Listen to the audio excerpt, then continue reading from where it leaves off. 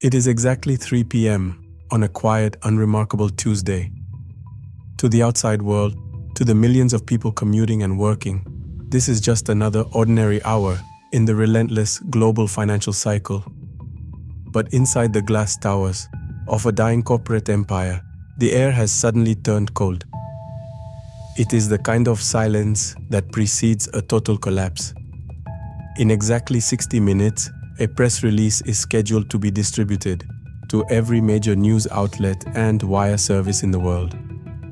This single document will announce a bankruptcy so massive it will vaporize $50 billion in market value and erase the livelihoods of thousands of families. Before the sun sets today, you have been told that empires fall slowly, but today you will see the truth. Welcome to After Decision. Today, we go inside the final 60 minutes of a disaster. There is a common myth in the business world that bankruptcy is a slow decay, a gradual, visible decline that everyone sees coming from miles away. That is a comforting lie designed to keep markets stable.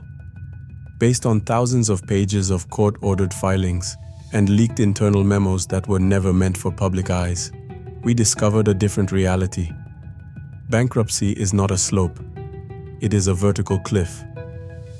We have meticulously analyzed the final 60 minutes of Lehman Brothers, the fall of Enron, and the digital implosion of FTX. These are different eras and completely different industries, yet they all share the exact same DNA of disaster. In this minute, the decision has already been made.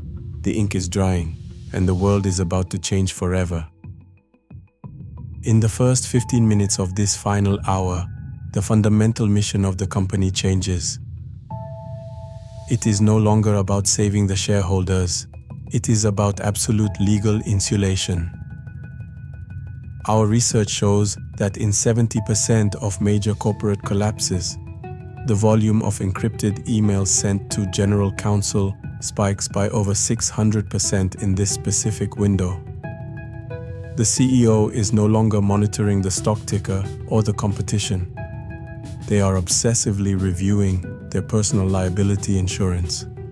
While the public relations team is still frantically drafting a memo about temporary liquidity challenges, the board is already finalizing the handover to the liquidators. This is what we call the exit paradox. The very leaders you trust to save the ship are the first ones quietly lowering the lifeboats into the dark water. As we cross the 30-minute mark, a strange psychological fog settles over the executive suite. Why don't they run? Why don't they scream? The answer lies in a phenomenon called normalcy bias. Even as the balance sheet bleeds to death, the human brain refuses to accept a reality it has never experienced. We found internal logs from the final hour of several collapses, showing executives discussing mundane things, like dinner reservations or next month's travel plans. They are in a state of suspended animation. It's a biological shield against the incoming trauma. They wait for a miracle at minute 59, not because they are foolish, but because the ego cannot survive the admission of total failure. By the time the denial breaks, the opportunity to exit with dignity has long since passed. While the top floor is paralyzed by denial, the mid-level management is hit by the first wave of the information blackout. In this window, internal servers often begin to experience mysterious technical glitches. Access to certain financial databases is suddenly restricted. Key personnel are called into private briefings that never seem to end. The goal is simple: contain the panic until the legal papers are filed. If the employees knew the truth at minute 40, the resulting chaos would make a controlled liquidation impossible. Silence is the most expensive commodity in a collapse. Behind the scenes, IT departments are instructed to freeze all external communication channels. The ship is sinking, but the music is still playing to keep the passengers from reaching the lifeboats. Transparency is the first casualty of failure. Now we enter the final 20 minutes. The denial is gone. The blackout is complete. Now begins the clinical ritual of liquidation. Outside firms, specialists in corporate death, arrive on site. They don't look like bankers. They look like surgeons. They don't care about the brand, the history, or the people. They only care about the residual value. In this stage, every asset is stripped of its name and turned into a number. The office furniture, the intellectual property, even the client lists are prepared for auction. It is a cold mathematical process that turns a living organization into a corpse. The founders often watch this process in silence, realizing too late that they no longer own the keys to the kingdom they built. Minute 45. The transition from a living company to a ghost entity begins in the server room. Across the world, employees suddenly find their login credentials revoked. Internal Slack channels go silent, and emails start bouncing back with user not found errors. This is the digital execution.